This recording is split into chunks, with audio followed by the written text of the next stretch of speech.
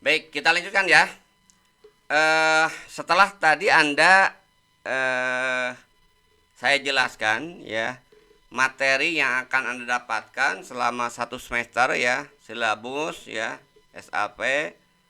eh, kita lanjutkan ke pengantar ya, pengantar terkait dengan hukum bisnis Islam gitu kan. Nah, apa nanti kita dari materi ini akan Anda memahami apa yang dimaksud dengan hukum bisnis Islam ya. Cuman saya ingin menjelaskan terlebih dahulu ya satu alasan, landasan atau latar belakang kenapa kita perlu memahami hukum bisnis Islam gitu kan. Jadi ini ada dua sudut pandang ya. Yang pertama kisah fiktif inspiratif ya kan, yang ini sempat viral di media sosial ya. Sampai saya pernah sholat Jumat itu ada yang khotib membahas ini itu kan sebagai inspiratif agar orang itu tidak kemaruk dalam mencari harta gitu kan. Ya. Nah, tapi saya nggak suka sebenarnya itu kan. Kalau di situ ada kebohongan, kedustaan. Tapi kalau misalnya kisah fiktif itu tidak ada kedustaan, tidak ada kebohongan, ya asalkan itu tidak mengandung dua itu nggak masalah. Tapi kalau di dalamnya ada kebohongan dan kedustaan, itu yang nggak boleh itu kan. Karena Rasul memerintahkan kita bergurau aja itu nggak boleh kalau di dalamnya itu ada unsur kebohongan. Nah, tapi di sini hanya ingin menyampaikan di mana letak kesalahan oleh sebagian masyarakat, bahkan tadi ya Ustadz menyampaikan kisah fiktif ini sebagai kisah yang inspiratif kaitannya dengan masalah harta itu kan. Anda nanti bisa searching sendiri ya di Google atau di Google itu kisah inspiratif kisah tukang kayu menemani mayat konglomerat ya. Ceritanya itu gini itu kan. Jadi ketika konglomerat ini ya hartanya yang cukup banyak ya, dia muslim ya.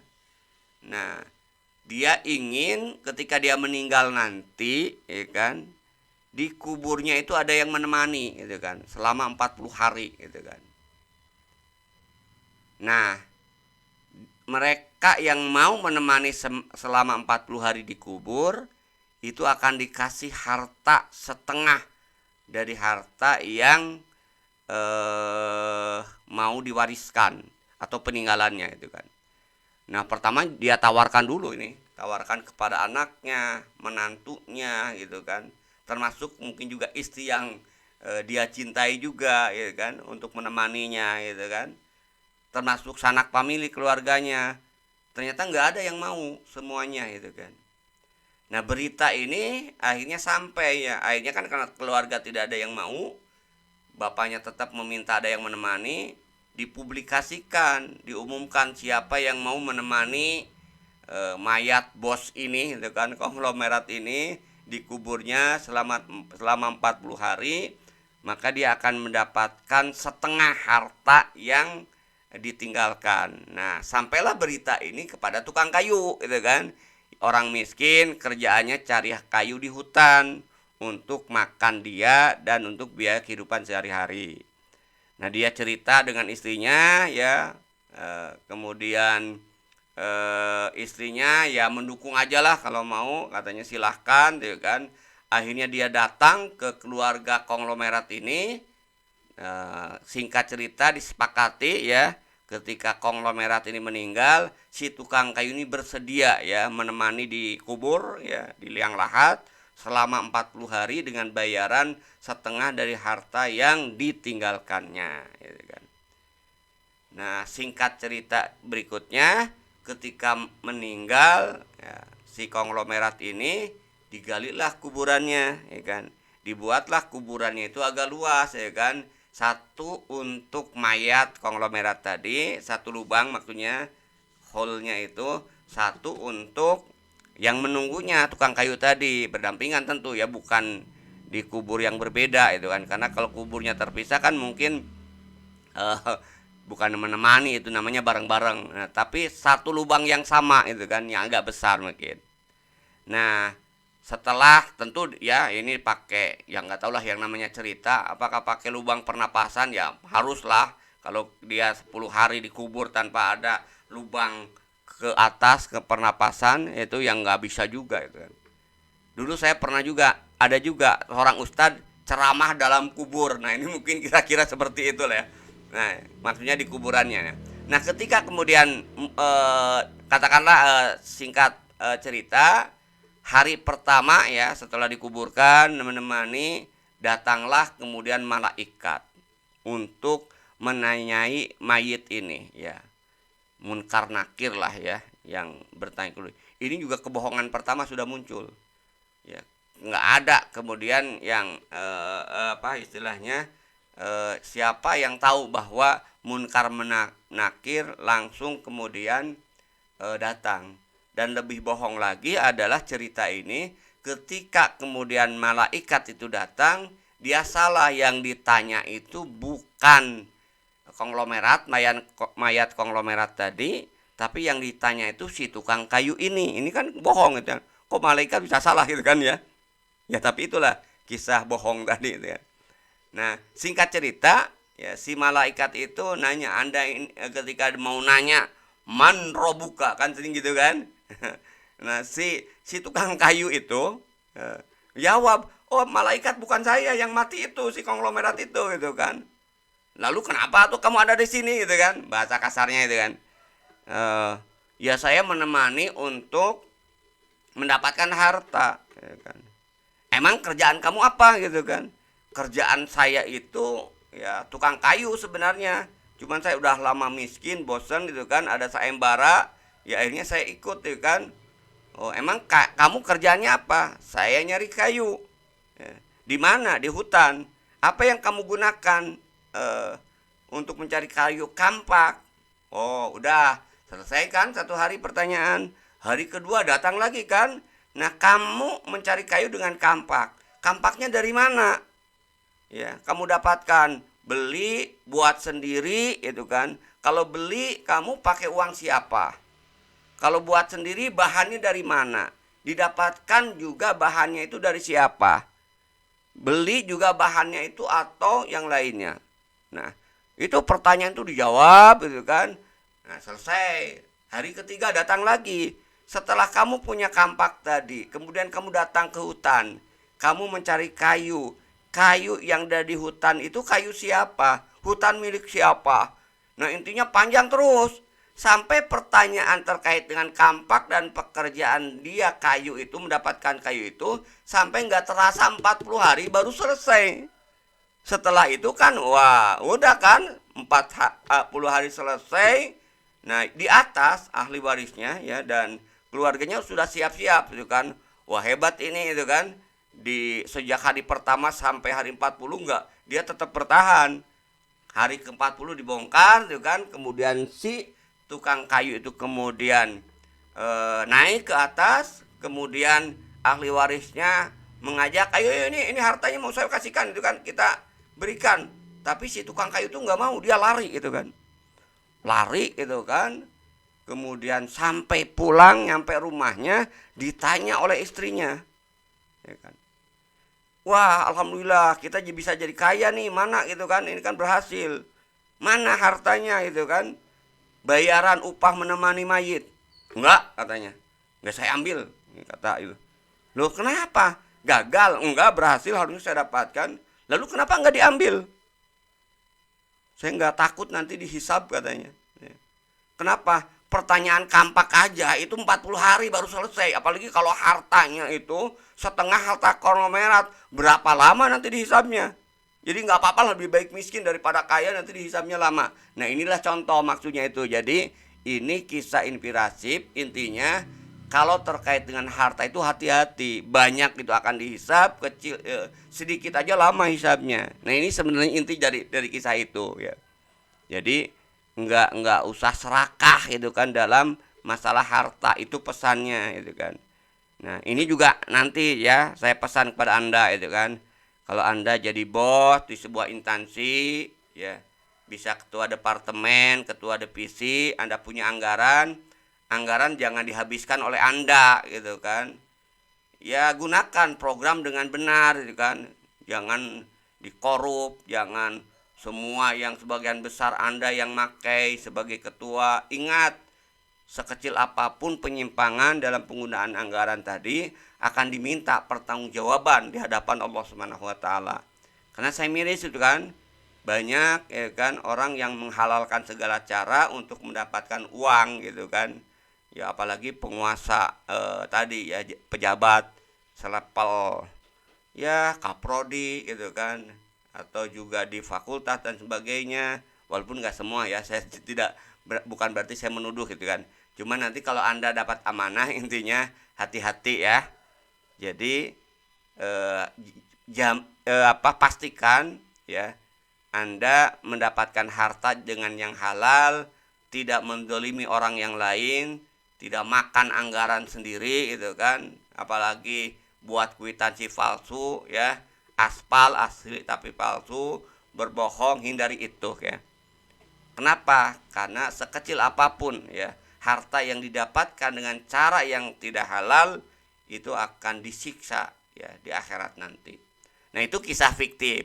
Sebenarnya kalau kita ingin mencari inspirasi, tidak harus membuat kisah fiktif apalagi sampai berbohong ya. Kita bisa aja melihat hadis atau wahyu gitu kan.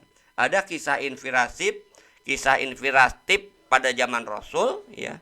Banyak saya kira kita bisa akan temukan ya, termasuk juga hadis.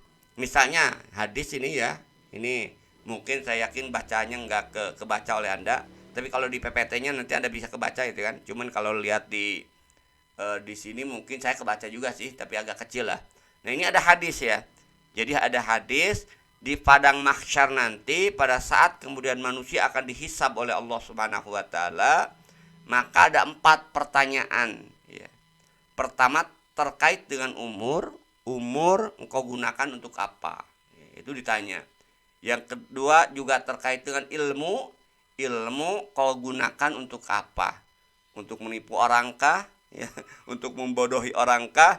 Atau untuk amal soleh? Itu akan ditanya. Nah, tapi kalau Anda perhatikan, ketika pertanyaan itu terkait dengan harta ini ya, ketika terkait dengan harta ya, pertanyaannya itu 2 ya kalau bicara terkait dengan harta ini. Yang pertama, kalau terkait dengan harta itu pertanyaannya, harta ini engkau dapatkan dari mana? Ya. Artinya sumber hartanya ditanya. Ya. Kemudian yang kedua, pertanyaan terkait dengan harta yang sudah kamu dapatkan itu kau gunakan untuk apa? Jadi pertanyaan terkait dengan harta itu 2 ya. Yang pertama tadi sumbernya dari mana? Ya, artinya apa? Sumbernya itu apakah halal atau haram? Ya. Kemudian nanti ketika kita belanjakan, sama juga. Kita belanjakan itu di jalan yang halal ya, atau digunakan untuk sesuatu yang diharamkan. Nah, dua-duanya itu akan dihisab. Dua-duanya akan diminta pertanggungjawaban di hadapan Allah gitu kan. Karena banyak gitu kan. Saya pernah ya, itu ketika jadi pengurus DKM, panitia, jadi tanggung jawab otomatis kan, panitia zakat ya kan. Kita pernah ya, saya ikut mendistribusikan zakat. Nah, salah satu yang mustahik ya untuk mendapatkan zakat itu ada tukang beca ya kan. Nah, tapi kadang-kadang saya lihat kesehariannya itu kasihan ya kan. Ya. Ini cerita dari istrinya juga itu kan, atau cerita dari yang lain gitu kan. Jadi dia ngebeca, mendapatkan upah dengan susah payah itu kan. Keringat itu kan halal insya Allah gitu kan. Ya. Tapi sayang ketika membelanjakannya itu sebagian ada yang haram. Karena enggak istilahnya itu ingin cari jalan pintas untuk mendapatkan harta yang lebih banyak. Dengan cara apa? Dengan cara sebagian hasil narik becak tadi itu digunakan untuk judi togel ya.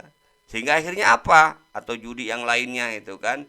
Akhirnya harta yang didapatkan dengan cara yang halal itu insya Allah dapat pahala, tapi membelanjakannya justru mendapat dosa.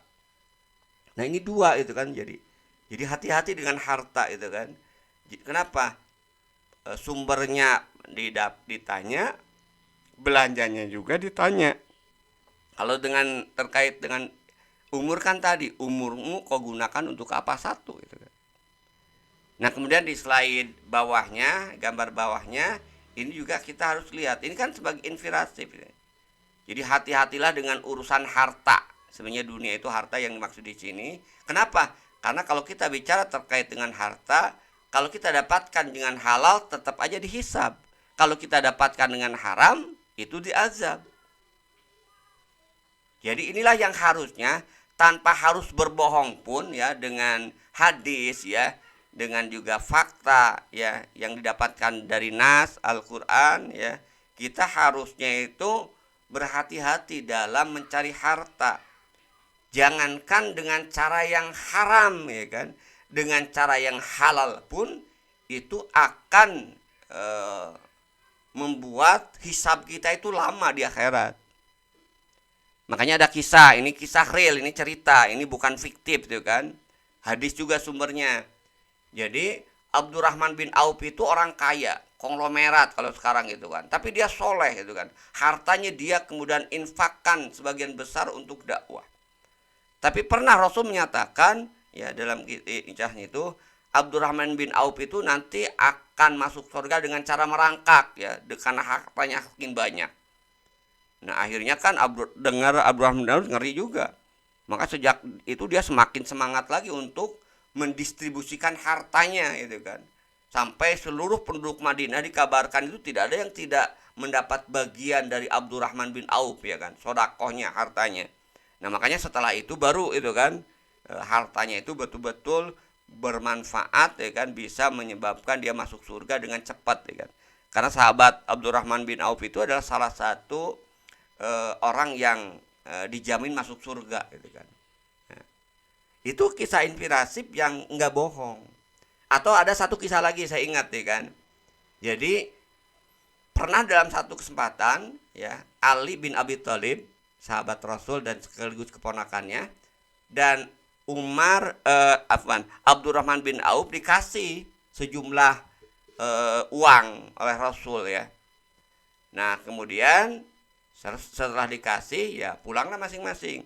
Ali dikasih oleh Rasul uang itu, dia bagikan lagi dia itu kan. Dia orang yang sangat dermawan juga sama walaupun dia tidak masuk dalam kategori konglomerat pada masa itu gitu kan. Tapi ketika dia dikasih uang oleh Rasul, dia bagikan lagi ke fakir miskin. Nah Abdurrahman bin Auf sama, dia juga dermawan, cuman sebelum dia bagikan langsung dia bisniskan dulu sehingga hartanya berkembang. Setelah itu kemudian baru dia infakkan juga itu kan. Nah ketika kemudian sampai kepada Rasul, ketemu lagi dalam waktu yang lain, ditanya, Ali, uang yang aku berikan kepadamu kamu gunakan untuk apa? Saya infakkan lagi ya Rasul. Udah selesai. Oh gitu ya, udah pertanyaan singkat ya kan. Tapi ketika kemudian berikutnya Abdurrahman bin Auf datang, ditanya oleh Rasul, wahai Abdurrahman bin Auf ya kan, uang yang aku berikan kau gunakan untuk apa? Ya cerita Abdurrahman bin Auf, dibisniskan ini dan itu gitu kan. Nah menyampaikannya perlu waktu lama. Kemudian Rasul bertanya kepada siapa, bisnisnya halal atau tidak dan sebagainya itu kan, untuk meyakinkan. Ya tentu kalau sahabat kan tahu lah ya pasti, cuman Rasul nanya aja gitu kan. Nah dari situ kemudian pertanyaan kan lama. Kalau pertanyaan terhadap Ali dan jawabannya itu cuma sebentar, nggak nyampe 2 menit, pertanyaan terhadap Abdurrahman bin Auf lama gitu kan. Padahal harta yang dikasih sama, cuman Abdurrahman bin Auf kemudian dibisniskan dulu. Nah kata Rasul, itulah kira-kira nanti di yaumil akhir nanti di padang mahsyar ya, semakin banyak harta yang kita dapatkan, maka pertanyaannya juga semakin lama. Nah itu kan inspiratif. Artinya apa? Bukan berarti kita nggak boleh kaya itu kan. Artinya sebenarnya yang ingin kemudian diambil dari peristiwa tadi, pesannya ya, jangan terlalu ngoyo untuk mencari harta. Jangan menghalalkan segala cara untuk mencari harta. Kenapa? Ya kita terima aja dengan cara yang halal. Kenapa? Yang halal aja berat, kemudian hisabnya kalau kita gunakan tidak sesuai dengan aturan Allah, apalagi harta yang kita dapatkan dengan cara yang haram. Itu maknanya. Inilah mengapa kita perlu belajar hukum bisnis Islam, supaya kita paham agar harta yang kita dapatkan itu pastikan halal ya. Yang kedua, belanjanya juga harus kita pastikan halal sehingga kita tidak akan mendapat azab dengan harta yang haram tadi. Dan untuk mengetahui bagaimana cara ya memperoleh harta yang halal, bagaimana cara membelanjakan harta secara halal, nah inilah tidak mungkin kalau kita tidak memahami hukum bisnis Islam. Ya, ini sebenarnya landasan kenapa kita perlu memahami hukum bisnis Islam. Nah, baik, kita lihat ya pengertiannya secara singkat ya terkait dengan hukum bisnis Islam ini, gitu kan. Yang pertama kalau kita lihat dari sisi kata ya, hukum bisnis Islam itu berarti ada 3 kata. Ada hukum, ada bisnis Islam. Islam itu kan. Nah kita lihat ya, yang pertama dari sisi pengertian hukum. Ya.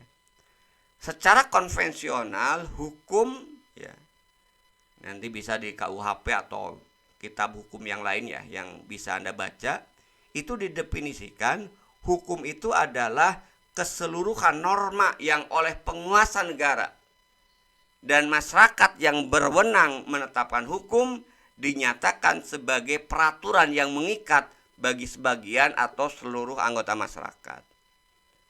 Nah, titik poinnya ini saya sampaikan ya, nanti perbedaannya dengan Islam itu kan. Di sini kita lihat bahwa hukum dalam konvensional yang membuat itu adalah penguasa yang menetapkan dan masyarakat. Artinya apa? Hukum itu dibuat oleh manusia. Ya. Dan kalau hukum dibuat oleh manusia ya, ya sudah pastilah nggak akan ada hukum yang adil ya kan. Bahkan bisa aja dengan mudah jangankan hukum buatan sesama manusia, hukum buatan Allah juga oleh orang sekuler mah ditolak gitu kan. Apalagi hanya hukum buatan manusia. Dulu kan pernah heboh kan, presiden Anda pernah kemudian dengan membuat kebijakan seenaknya aja gitu kan. Ketika rektor tidak boleh rangkap jabatan ya, aturannya yang dirubah gitu kan. Jadi itu yang lucu itu kan ya. Jadi kalau hukum buatan manusia seperti itu gitu kan. Dia akan dibuat dengan seenaknya aja, apalagi kalau orangnya tidak beriman gitu kan. Ya. Nah, kemudian yang kedua, apa bedanya dengan pengertian hukum menurut Islam? Ini dari pengertian hukum aja ya. Itu sudah kita bisa ambil hikmah pelajaran ya, yang berbeda antara hukum menurut konvensional dan hukum menurut Islam. Nah, menurut Islam hukum itu adalah khitabullah, seruan Allah ya, yang berkaitan dengan perbuatan mukallaf, manusia yang balik gitu kan, yang terkait dengan tuntutan apakah untuk dilaksanakan atau untuk dihindari, atau terkait dengan pilihan boleh dilakukan atau boleh dikerjakan atau tidak, atau wad'i yaitu bagaimana ketentuan, syarat dan ketentuan agar hukum itu kemudian bisa berjalan ya kan. Nah, ini kata kuncinya kalau kita lihat yang membedakan dengan hukum menurut pengertian konvensional umum itu adalah sumbernya. Kalau menurut Islam sumber hukum itu Allah gitu kan. Yang membuat aturan itu Allah gitu kan.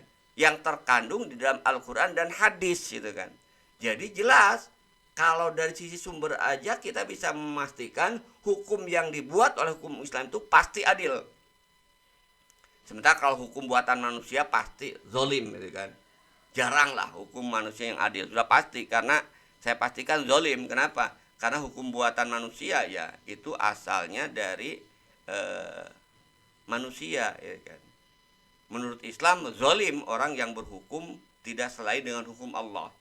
Walaupun nanti harus kita bedakan kan. Makanya nanti di pembahasan terakhir kan ada materi akuntansi, manajemen dan juga teknologi, bagaimana hukumnya menurut Islam gitu kan. Jadi nanti kan juga ada aturan. Memang ada aturan yang boleh itu berasal dari manusia pada perkara yang mubah. Tapi kalau sudah menyangkut halal dan haram, ya yang berhak untuk menentukan itu adalah hanya Allah Subhanahu wa taala gitu. Itu saya kira yang pertama ya, pengertian hukum dalam sudut pandang Islam maupun menurut konvensional. Intinya yang membedakan, kalau hukum berdasarkan konvensional, sumbernya itu ditetapkan oleh penguasa dan masyarakat. Apapun ya kan. Misalnya tadi kalau kita lihat bunga boleh, itu ketetapan DPR dan pemerintah. Makanya yang menetapkan bunga boleh DPR MPR itu berdosa nanti di akhirat nanti. Wah, dia akan dapat dosa turunan tuh dari yang lain ya kan. Naudzubillah min dzalik. Dosa jariah maksudnya, itu bukan dosa turunan, afwan. Dosa jariah kenapa? Karena berdasarkan kebijakan yang dibuat di mana bunga boleh, kemudian juga riba dihalalkan ya kan, maka ketika ada orang yang berbuat ya dengan dasar hukum tadi, maka yang menetapkan hukum ikut berdosa gitu kan. Naudzubillah dari kan. Nah, beda dengan hukum Islam. Hukum Islam sumbernya dari Allah Subhanahu wa taala. Itu pengertian hukum. Kemudian yang kedua, apa yang disebut dengan bisnis? Ya, saya kira sudah kita paham lah ya, bisnis itu intinya itu adalah semua kegiatan yang dijalankan oleh orang ataupun badan secara terus-menerus dan teratur ya. Baik yang terkait dengan pengadaan barang atau jasa, atau fasilitas untuk diperjualbelikan, ditukarkan atau disewa gunakan dengan tujuan untuk mendapatkan keuntungan. Nanti beda ya bisnis dengan sodako. Kalau bisnis di dalam Islam juga sama, harus orientasinya itu profit. Tapi kalau tidak berorientasi profit itu namanya sodako. Namanya itu adalah memberikan pinjaman misalnya. Tapi kalau misalnya bisnis ya harus orientasi keuntungan. Ya, dalam bahasa fikih itu qimah. Qimahnya itu kalau bisnis itu qimah madiyah, untuk mendapatkan keuntungan. Ya. Bukan hanya sekedar yang penting dapat pahala, bukan. Bedakan dengan sodako. Tetap mendapatkan keuntungan juga, kalau sesuai dengan aturan Allah akan mendapatkan pahala juga. Nah, itu yang kedua ya, pengertian bisnis. Nah, lalu hukum bisnis, apa yang disebut dengan hukum bisnis? Kita sudah bisa simpulkan ya secara singkat. Berarti bicara terkait dengan hukum bisnis itu berarti aturan yang mengatur tentang bisnis. Itu aja sederhananya gitu kan. Jadi satu definisi menyebutkan hukum bisnis itu mencakup keseluruhan norma yang mengatur semua kegiatan bisnis, industri atau keuangan, semua kegiatan yang berhubung dengan produksi, pertukaran barang atau jasa, kegiatan perdagangan, agraris, ekstraktif, dan yang lain sebagainya. Itu hukum bisnis. Intinya itu adalah aturan yang mengatur bisnis. Nah, atau dengan kata lain, hukum bisnis itu adalah seperangkat kaidah-kaidah hukum yang diadakan untuk apa? Untuk mengatur dan menyelesaikan persoalan-persoalan dalam aktivitas antar manusia di bidang perdagangan, trade and commerce ya. Jadi ini yang dimaksud dengan hukum bisnis. Nah, kemudian apa sih yang disebut dengan bisnis Islami gitu kan? Nah, tadi kan hukum bisnis Islam ya kan. Berarti hukum udah tahu, bisnis sudah Anda tahu ya. Hukum bisnis tahu, sekarang bisnis Islami itu seperti apa? Jadi bisnis Islami itu adalah salah satu definisi menyebutkan satu kegiatan yang berhubungan dengan produksi, distribusi barang atau jasa untuk memenuhi kebutuhan masyarakat, berorientasi laba, tapi dijalankan berdasarkan prinsip-prinsip syariah. Nah, jadi yang membedakannya itu ya, kalau tidak Islami itu tidak peduli prinsip-prinsip syariah. Kalau bisnis Islami itu berarti sangat peduli, bahkan bukan peduli, sangat tergantung apakah aktivitas itu akan dilakukan atau tidak, dengan pertimbangan apakah itu sesuai dengan hukum Islam atau tidak. Kalau haram ditinggalkan, kalau mubah itu kemudian dilaksanakan. Jadi untuk mendapatkan profit, orientasi profit tadi itu dijalankan didasarkan prinsip-prinsip syariah. Atau definisi lain yang kedua, bisnis Islami itu adalah kegiatan usaha yang sengaja dilakukan untuk memproduksi, mendistribusi, serta menyediakan barang dan jasa sama ya, yang diperlukan oleh masyarakat dengan kesediaan untuk membayar, membeli atau menyewa atau mendapatkan keuntungan Lagi-lagi kata kuncinya semuanya dijalankan berdasarkan hukum Islam. Jadi intinya secara singkat, bisnis Islam itu bisnis yang diatur oleh aturan Islam itu ya. Nah, nah, lalu apa sih komponen yang lebih rinci dari yang disebut dengan bisnis Islam itu? Jadi kalau kita lihat yang disebut dengan bisnis Islami itu pertama bukan hanya produknya itu kan, produknya harus Islami, ya. Makanya bisnis dikatakan Islami kalau produknya itu Islami, halal, ya kan. Nah, ada seorang pendapat yang aneh itu kan. Saya pernah ya mendapat pendapat dari seorang ya ini ulama rada liar saeutik lah gitu kan. Dia katakan babi itu haram ya, untuk dimakan ya kan. Tapi kalau dijual kepada orang non muslim boleh. Jadi kita boleh ternak babi asal jangan untuk dikonsumsi dan dijual kepada muslim. Nah, ini adalah pendapat ngaco suraco. Ya. Kenapa? Karena yang disebut dengan Islam itu produknya juga Islami. Nggak boleh juga saya bikin khamar, minuman keras, tapi kan bukan untuk diminum, untuk dijual kepada non muslim, itu juga nggak boleh. Berarti apa? Kenapa? Karena karakteristik produknya ini tidak terpenuhi, tidak Islami. Karena itu barang yang diperjualbelikan atau barang yang diproduksi itu barang yang harus yang halal. Kalau mau itu dikatakan Islami. Itu yang pertama. Tapi tidak cukup hanya produknya, prosesnya juga harus Islami. Nanti ada kaitannya dengan akad, bagaimana proses produksi, gitu kan. Ya, kemudian juga siapa yang mengerjakan, itu juga harus berjalan sesuai dengan ketentuan syariah. Proses produknya Islami, transaksinya juga harus Islami, harus sesuai dengan syariah. Maka tidak bisa dikatakan walaupun produknya halal, prosesnya juga baik halal, tapi ternyata akadnya itu tidak sesuai dengan hukum Islam. Maka berarti tetap aja itu tidak bisa dikatakan itu Islami. Ya. Nah, konsekuensi syar'inya atas bisnis juga dipenuhi. Contohnya apa? Zakat. Jadi kalau nanti ada dia bisnis di bidang perdagangan, ya, maka ada zakat perdagangan. Itu wajib untuk dibayarkan zakatnya. Tidak dikatakan Islami kalau pengusaha yang tidak mau bayar zakat. Itu ya. Yang terakhir, pengaturan yang ada di lingkungan bisnis itu ya, itu harus sesuai dengan syariah dan tidak menyalahi aturan syariah juga. Misalnya sistem penggajiannya harus sesuai dengan syariah. Hubungan dan penempatan SDM juga harus sesuai dengan syariah. Nggak bisa misalnya menempatkan SDM satu kamar, satu ruangan, laki-laki dan perempuan berduaan. Itu tidak Islami karena akan memungkinkan terjadinya khalwat. Atau juga tidak boleh ya aktivitas-aktivitasnya itu melalaikan kewajiban. Ya, misalnya dibuat jadwal produksi sampai karyawan tuh lewat dari duhur sampai asar, ya kan, sebelum duhur sampai asar, dan lu kapan dia sholat duhurnya. Nah, itu juga harus diperhatikan.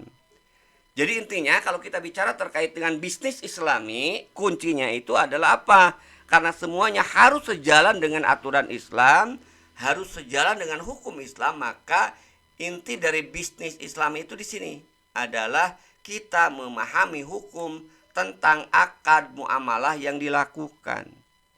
Karena itu nanti di pertemuan kedua kita akan bahas makna akad dan kedudukan akad dalam sistem Islam.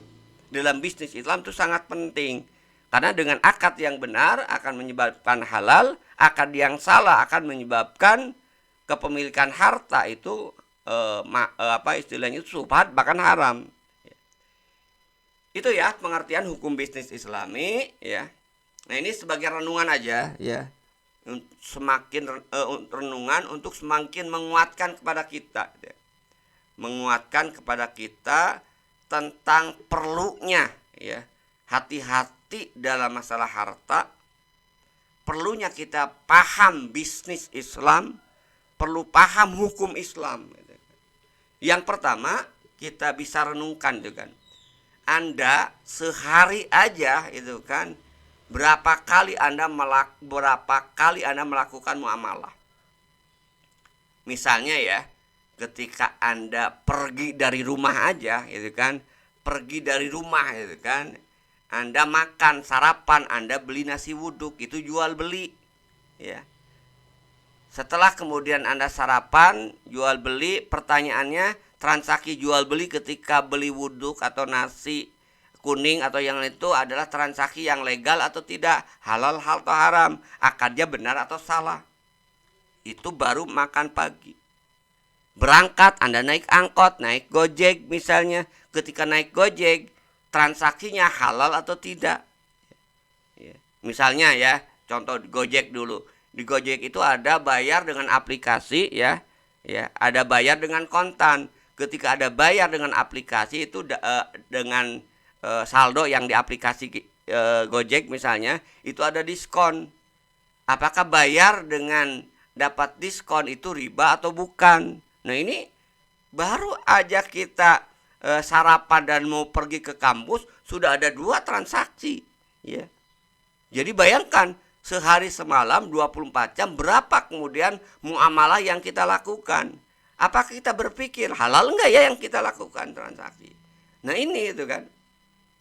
Jadi sudahkah kita selalu bertanya apa yang akan kita lakukan itu hak hukumnya, halal haram, boleh atau tidak?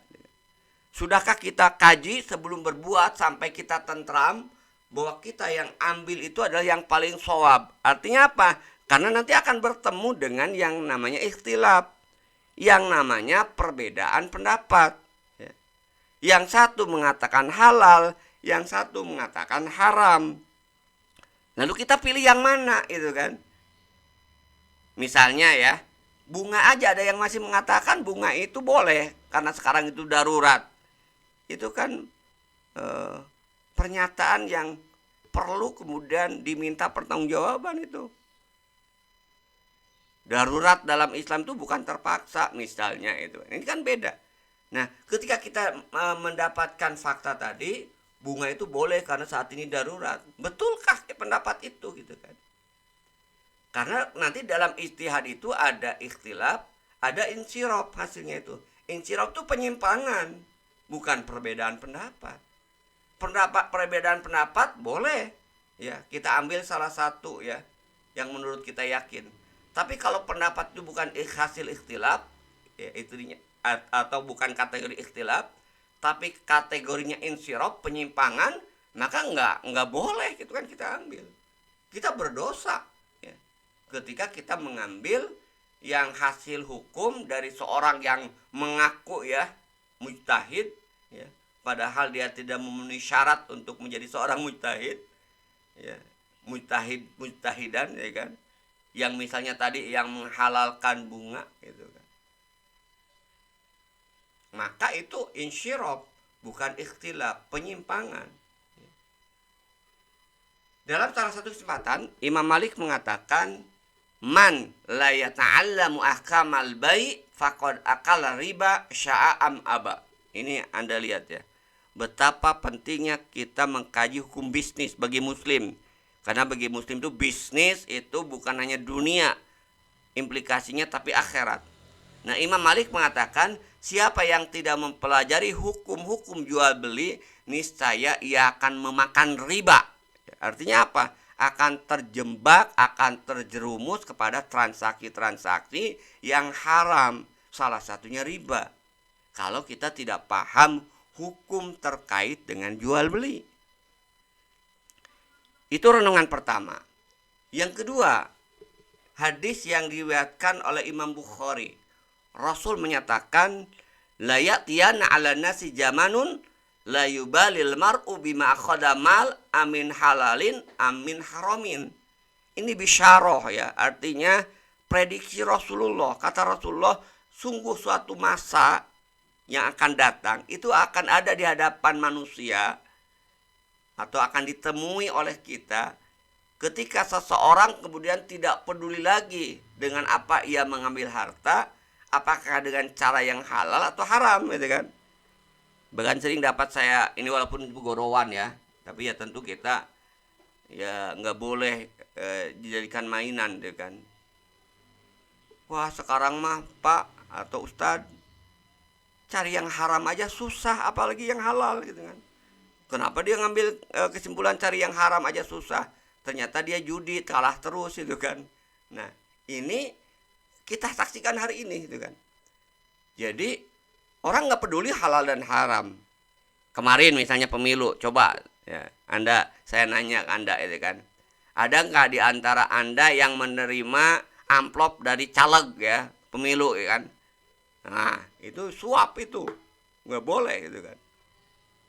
Ya. Itu hadis riwayat Imam Bukhari. Kemudian hadis Imam Tirmizi. Ini tadi sudah disebutkan isi hadisnya di awal, tapi ini hadisnya itu kan. Jadi Rasulullah SAW bersabda, la tazulu qadama abdin yaumal qiyamah ya, hatta yus'ala ya, an umrihi fima afnahu wa an ilmihi fima fa'ala wa an malihi min aina iktasabahu wa fima anfaqahu wa an jismihi fima ablahu. Jadi Rasul mengatakan kedua kaki seorang hamba itu tidak akan bergeser pada hari kiamat hingga ia ditanya tentang umurnya dihabiskan untuk apa. Itu yang saya katakan tadi. Pertanyaan terkait dengan umur cuma satu. Ilmu yang dia dapat, ilmunya, apa yang ia perbuat dengan ilmu itu cuma satu. Ya. Tapi terkait dengan harta, pertanyaannya dua. Harta dari mana ia peroleh? Itu yang kan tadi. Yang kedua, untuk apa harta itu dibelanjakan? Makanya tadi kita harus terkait dengan harta ini ya, kita pastikan sumbernya halal, kita pastikan belanjakannya juga dengan cara yang halal.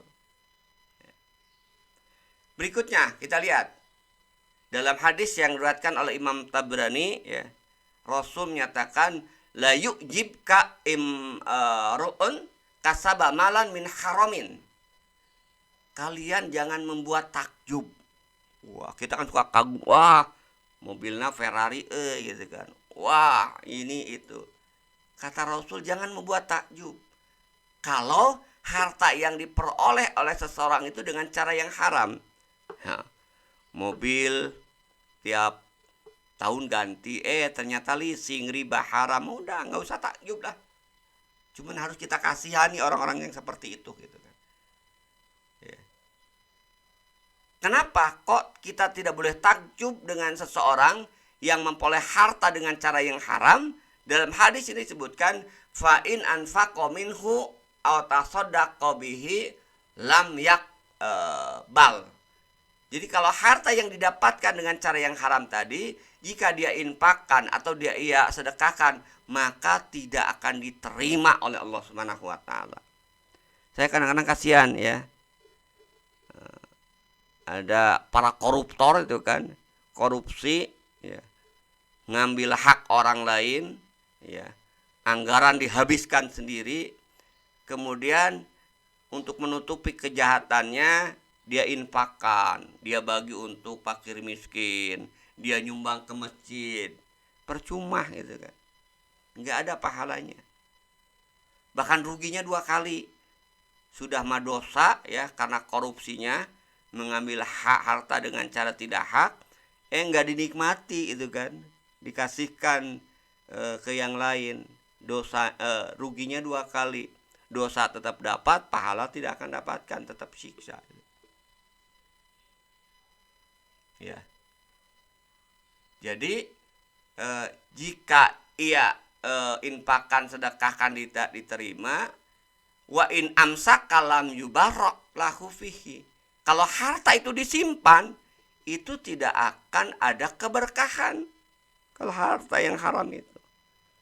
Wa in mata wa tarakahu kana zadahu ilanar. Dan kalau kemudian dia mati dan harta itu kemudian diserahkan untuk ahli warisnya, itu menjadi bekal dia ke neraka. Naudzubillah min dzalik, gitu kan. Jadi tolong renungkan ini gitu kan. Jadi ketika nanti Anda bekerja, hati-hati. Ya, saya akan mungkin Anda akan kesulitan nanti ya, misalnya mencari kerja yang halal. akuntan ini banyak pekerjaannya itu yang berhubungan dengan yang haram. Di bank gitu kan, konvensional itu haram itu kan akuntan ini. Ya. Ini hati-hati gitu. Walaupun banyak yang halal ya kan. Ya kan. Nah, kalau iman kita kuat, kalau akidah kita kuat, kita yakin ada akhirat, maka insya Allah ya kita akan bisa menghindari harta-harta yang kemudian kita dapatkan dengan cara yang haram tadi. Berikutnya hadis yang diriwayatkan oleh Imam Bukhari. Ini juga renungan kita bersama. Dalam hadis ini Rasul menyatakan inna hadal mal khadirun khulbun faman akhadahu bisahawatin nafsi burika lahu fihi wa man akhadahu bi israfi nafsin lam yubarak lahu fihi wa kana kalladzi yaqulu wa la yashba'u. Harta itu sungguh kata Rasulullah laksana hijau, laksana sayuran segar dan manis. Siapa saja yang mengambilnya dengan kemurahan hati, maka ia akan diberkahi. Siapa saja yang mengambilnya dengan ketinggian hati, yaitu sombong, sombong itu salah satunya itu tidak mengikuti aturan Allah, maka harta itu tidak akan diberkahi, dan itu laksana orang yang makan tapi tidak pernah kenyang.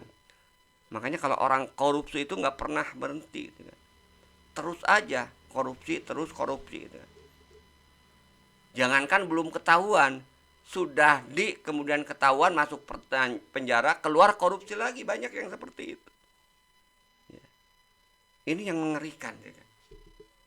Karena itu mari kita belajar hukum Islam dengan benar, bisnis Islam dengan benar, agar harta kita itu harta yang barokah. Berikutnya, dalam hadis yang diriwayatkan oleh Imam Abu Hakim, Rasul bersabda, Innallaha amba alayya ayyudkhilal jannah lahman nabata min sukhtin fannaru aula bihi. Alhamdulillah min dzalik, kita harus takut kita ini. Rasul menyatakan Allah menolak kepadaku untuk memasukkan ke dalam surga daging yang tumbuh dari harta yang haram.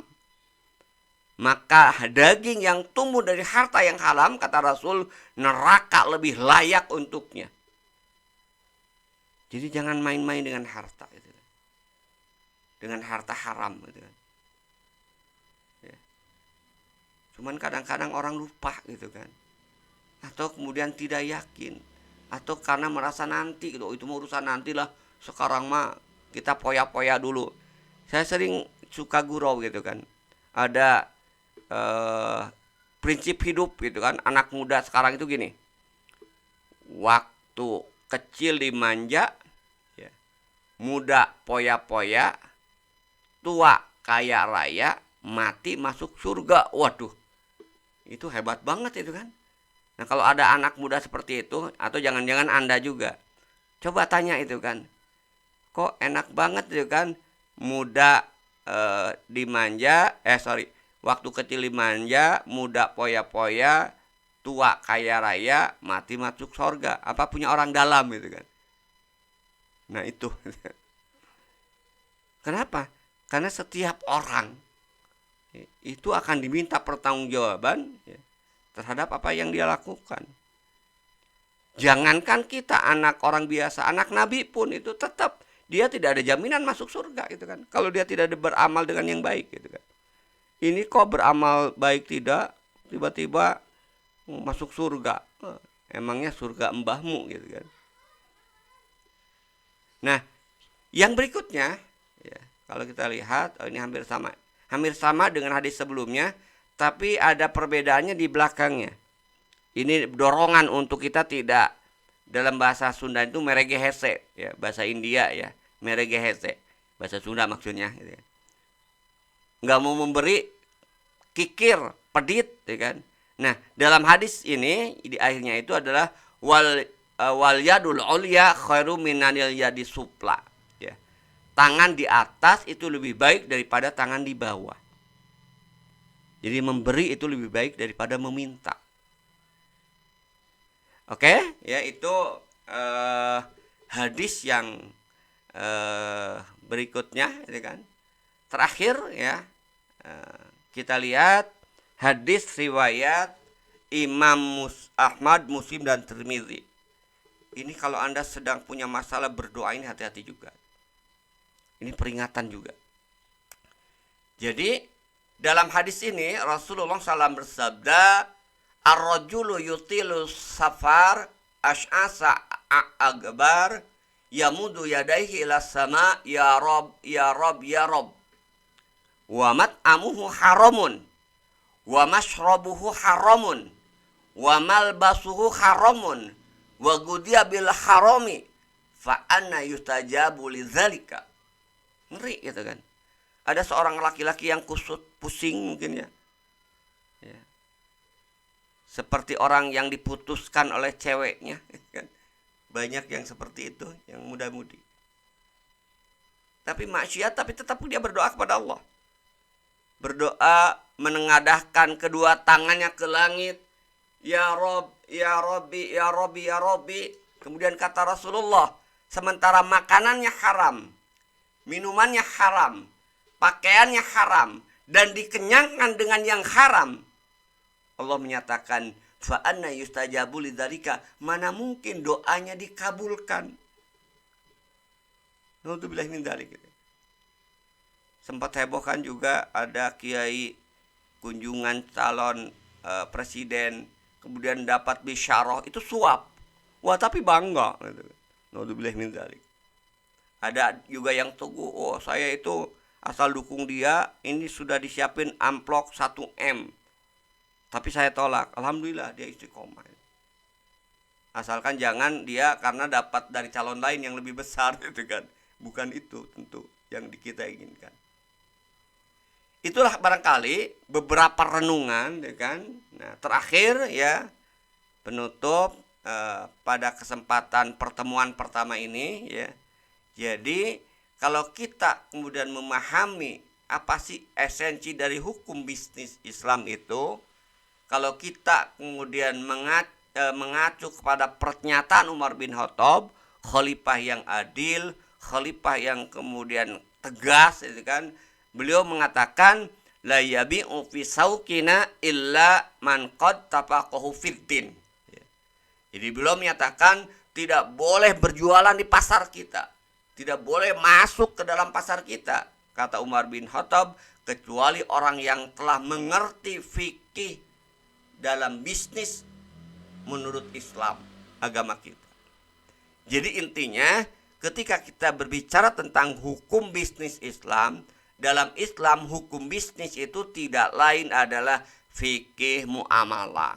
Karena itu yang kita bahas ya selama 15 pertemuan ke depan itu semuanya berbicara terkait dengan fikih muamalah, hukum halal dan haram terkait dengan transaksi-transaksi bisnis yang kita hadapi sehari-hari. Itu barangkali ya yang bisa saya sampaikan pada pertemuan pertama ini. Kalau Anda pertanyaan ya terkait dengan materi ini, ya. Bahkan saya akan kasih bonus ya kalau ada yang bertanya, ini menunjukkan bahwa Anda mendengarkan video ini. Ya. Kemudian Anda bertanya, silakan ya. Nanti layangkan pertanyaan Anda WA kepada Pak Budi atau ke saya, gitu kan. Nah nanti kalau yang bertanya itu akan dapat bonus nilai, gitu kan. Itu barangkali ya. Terima kasih. Mohon maaf kalau ada yang keliru ya. Billahi sabilil haq. Wassalamualaikum warahmatullahi wabarakatuh.